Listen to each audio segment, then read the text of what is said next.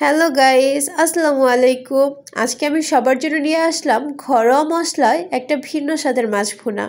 তো মাছটা ভুনা করার জন্য আমি শুরুতেই কড়াইতে তেল দিয়ে দিব। আর এখানে আজকে আমি মাছ ভুনা করার জন্য নিয়েছি রুই মাছ। আপনারা আপনাদের পছন্দ মতো যে কোনো মাছ নিতে পারেন। আমি 3টে বড় সাইজের রুই মাছ নিয়ে নিচ্ছি আর একটা মাথা। তো এখানে আমি শুরুতেই হলুদ আর লবণ দিয়ে মাছগুলো মাখিয়ে নিব। আর এদিকে আমার তেলও গরম করা হয়ে গেছে। একে একে সবগুলো মাছ আমি কড়াইতে দিয়ে দিব। তো আজকে মাছ ভুনাটা করার একটা বিশেষত্ব হলো আজকে আমি স্পেশাল একটা মশলা বানিয়ে তারপরে মাছটা ভুনা করব। তো যাই হোক, কথা বলতে বলতে এই যে আমার মাছটা দেখছেন ভাজা হয়ে গেছে। আপনারা চাইলে আপনাদের যেমন ইচ্ছা ওরকম মাছটা ভেজে নিতে পারবেন। আমি একটু লাল লাল করে ভেজে নিলাম। তো এভাবে আমি দোনো পাশ উল্টিয়ে পাল্টিয়ে ভেজে নিব। তো এই যে দেখছেন আমার মাছটা ভাজা হয়ে গেছে। এরপর আমি কড়াই থেকে মাছগুলো সব উঠিয়ে নিব।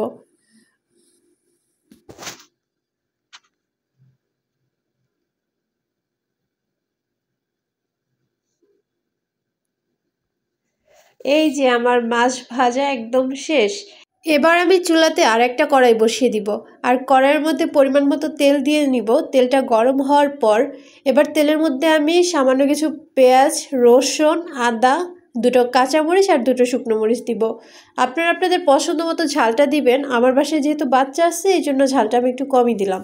এখানে আপনারা চাইলে কাঁচা জিরাটাও অ্যাড করতে পারেন। আমার কাছে যেহেতু ভাজা জিরার গুঁড়ো ছিল এই জন্য আমি আর ভাজা জিরাটা দিলাম না।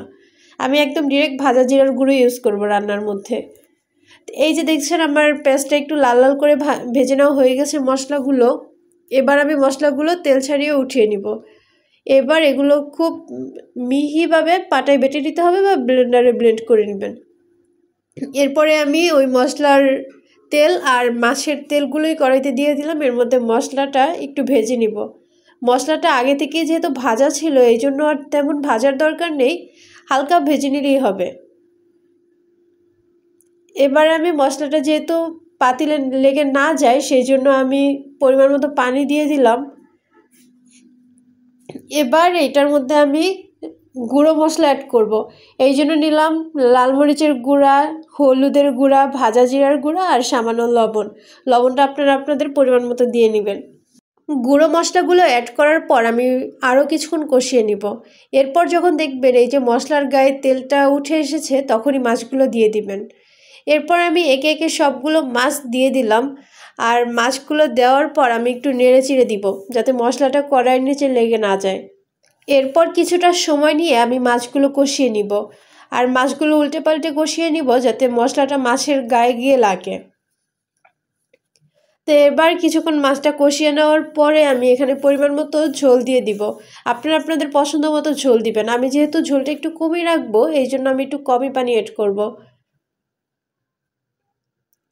ঝোলটা দেওয়ার পর মাছটা একটু নেড়ে চেড়ে দিব। আর এই যে কিছুক্ষণ পর দেখতেই পারছেন আমার মাছের ফাইনাল লুক। এখানে ঝোলটা প্রায় টেনে এসেছে।